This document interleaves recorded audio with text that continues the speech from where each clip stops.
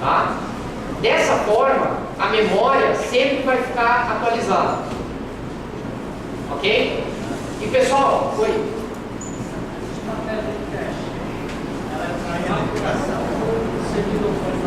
você pode utilizar aspectos para isso. O Spring tem suporte para isso. O Spring Cache. Mas dá para fazer só no servidor, fala isso porque eles dão trabalho.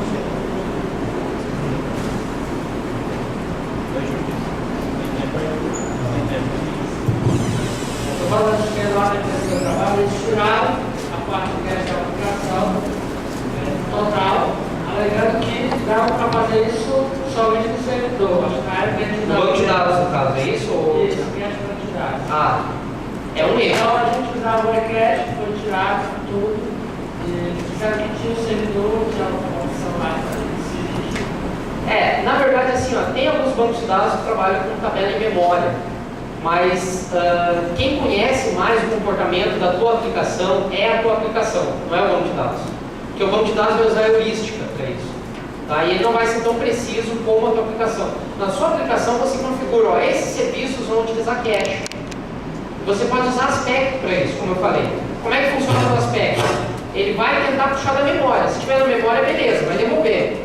Se não tiver na memória, ele delega a requisição, chega lá na camada de serviço, chega no banco de dados, e na volta, na hora de devolver, além de devolver essa informação, joga na memória para a próxima requisição. Isso aí você pode utilizar via anotação ou coloca no XML, não precisa nem mexer em código. Tá? Bom, os exemplos eu vou passar no final aí. O que eu tenho para falar? O que eu tenho para falar a respeito de redundância? Tem um site de réplica, que eu falei há pouco, né? Pessoal, isso é extremamente importante, tá? Isso aqui, que eu vou falar agora, é aquele caso... Vocês já passaram por aquela situação, tipo assim, eu faço backup e acho que está tudo bem. E aí, no momento que eu vou usar o backup, não funciona. Tá? Isso daqui é o mesmo esquema, pessoal. Quando você tem um site de réplica, tem que fazer o go live dele de tempos em tempos. Por quê? O que é o go live dele, no caso? É colocar ele em funcionamento de tempos em tempos. Se você não fizer isso, você não tem como garantir que a sua réplica é confiável. Tá? Ele está errado ali no slide, ó. Se possível, use a sua réplica como DNS Load Balance. Tá? Não é DNA, é DNS. Por que eu falo se possível? Porque nem sempre vocês vão conseguir usar dois sites em produção ao mesmo tempo. Por quê? Porque um vai estar com os dados um pouco desatualizados. Um deles. Então, normalmente eu vou ter um master e, sei lá, um ou mais slaves. Né? E esses slaves, a replicação de dados entre eles é assíncrona. O que é uma replicação assíncrona? Ela não bloqueia a requisição. Né? E é essa forma que eu vou utilizar para replicar. Se eu utilizar a replicação síncrona, eu vou estar dando um custo por requisição, um custo de performance. Tá? Então, nesses casos de replicação entre sites, usem assíncrona. E se possível, né, em casos, em pedaços não críticos do software, vocês podem, inclusive, fazer o go live parcial, não precisa fazer total. Você pode deixar a parte mais quente no site e a parte, vamos dizer assim, não tão nova no outro site. Tá? É importante, pessoal, crash test. Tá? Crash test é tipo assim, desliguem um pedaço que vocês consideram que é redundante na sua infraestrutura e vejam se realmente ele é redundante, né? Se ele não é necessário. Tá? Sobre problemas, né? Ali a gente tem, sei lá, acho que é um viado, né? Problema.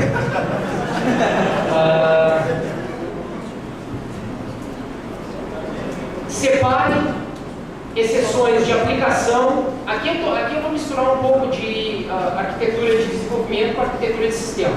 Separem erros de aplicação de erros de sistema. Muito importante fazer isso aí. Por quê, pessoal? Porque senão tudo vira erro. E eu não tenho mais como saber o que é bug e o que não é. Tá? Isso é mais uma decisão de arquitetura de desenvolvimento e sistema. Na verdade, esse sistema se beneficia disso, porque ele pode rotear esses erros imprevistos para algum lugar, e-mail, sei lá. Congelou a JVM, né? Deu um pau lá, congelou uma JVM. Primeiro, pessoal, as JVMs vocês têm que ser redundantes, tá? Então, vocês tiram ela do balance, porque ela pode estar lá atrapalhando o balance. Tira ela do balance, primeiro passo. Ela fica isolada. E não mata, não sai matando a JVM. Dá um JStack em cima dela, e o JStack mostra todas as threads dessa JVM. Identifiquem dentro das threads qual que está em bloco, ou time wait, ou in wait, por exemplo. Mas normalmente vai ser bloco, tá? Essa thread vai ter um stack ali. Vocês podem identificar no código onde é que é esse problema, tá?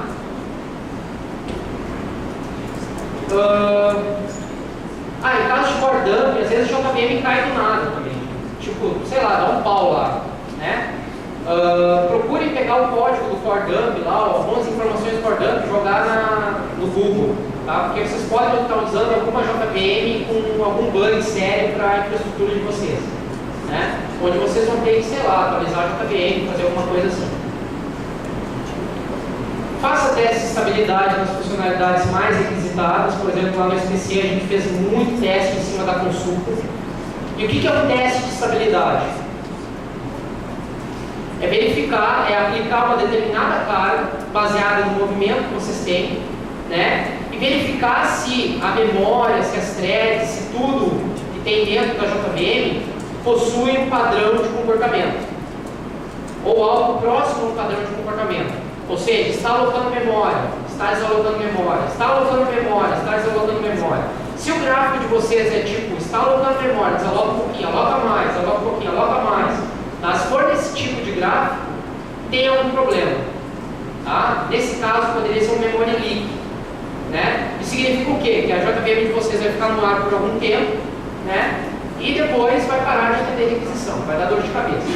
Tá? Vocês podem utilizar Visual VM, que eu recomendo, até inclusive o Claudio Miranda no Soul Java lá, ele conhece muito disso aí, né? Ele uma vez até deu um suporte pra gente lá. JConsole, tá? Vocês vão ter que monitorar o uso de RIP. RIP é a área da memória da JVM onde os objetos são alocados. E é ali onde vai estar o memory leak normalmente. Tá? E configurações da JVM, como Garbage Collector. Tá? Garbage Collector é importante que vocês tunem ele conforme o tamanho da JVM e a necessidade que vocês têm específica. Tá? Eu quero tunar minha JVM para realizar o mínimo de pausa possível. Né? Eu posso fazer isso, porém eu vou ter que alocar um pouco mais de memória, vai ter um custo. Tá? Então, sempre, pessoal, a arquitetura de sistema e a arquitetura de desenvolvimento sempre tem uma troca. Você nunca ganha e ganha. Você ganha e perde. Tá? Então você tem que escolher o que você tem que ganhar. Tá? E no Profiler, bom, imagina se vocês fizeram de tudo e não conseguiram localizar o erro. O que vocês vão fazer? Vão pegar, subir lá o servidor de aplicação na máquina de vocês e vão fazer um profile local. Vão executar o cenário que está dando problema, né? Vocês vão ter que identificar esse cenário, que às vezes é difícil também de identificar, mas enfim. Identificar o cenário, executar esse cenário, né? E dentro do Profiler, vocês procurem pelos hotspots. O que são os hotspots? Ou são as chamadas que vão estar demorando mais, mas nem sempre é apenas uma chamada. Às vezes vocês estão usando demais uma chamada. Imagina vocês estão fazendo 1000 chamadas por determinado método que está demorando, sei lá, 100 milissegundos cada chamada.